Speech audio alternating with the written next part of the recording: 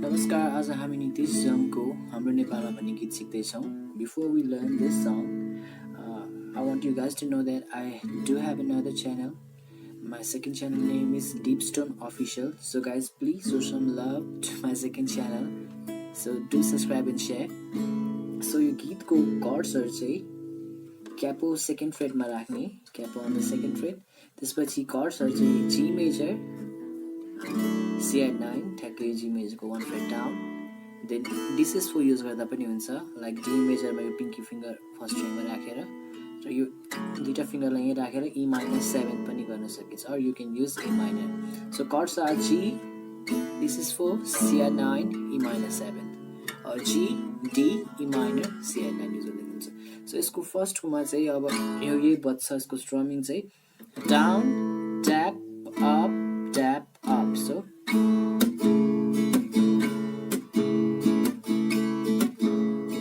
then यसपछि एउटा lead बज्छ, त्यो लीड चाहिँ 4th string बाट 5th fret मा क्यापो सेकेन्ड मा राखेर, so this will be 5th fret 5, so it will be 5 5 7 pull up 5, then 5th string को 7, then 4th string को 5, so it will sound like this. यो चारचोटी भएपछि same lead first string बाट 3rd fret मा 3rd 5 pull up 3rd, then 2nd string को 5, then 1st string को 3rd, so it will sound like this. Then फेरि त्यही यसपछि गीत स्टार्ट हुन्छ. गीतमा चाहिँ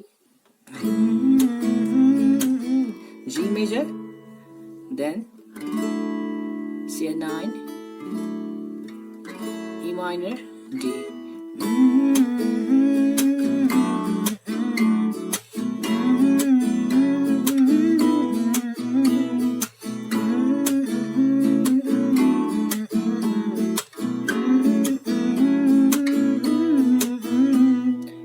को पराइसम्म सो D नै हो. G, C9, E minor 7 to D, yes, this is 4.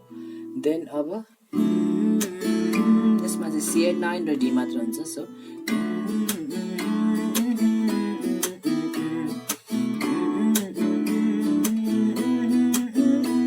then chorusमा मेरो मान भन्नेमा चाहिँ same फर्स्टकै भर्सकै कर्ड्सहरु G, C9, E minor 7, D.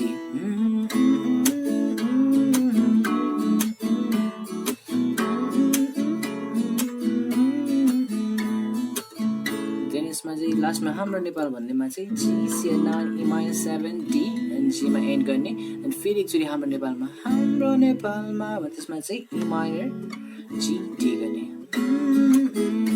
Okay, E minor, D, G गर्ने. So guys, your lessons. If this will help you, then please do subscribe and share. And thanks for watching. Till then, peace out.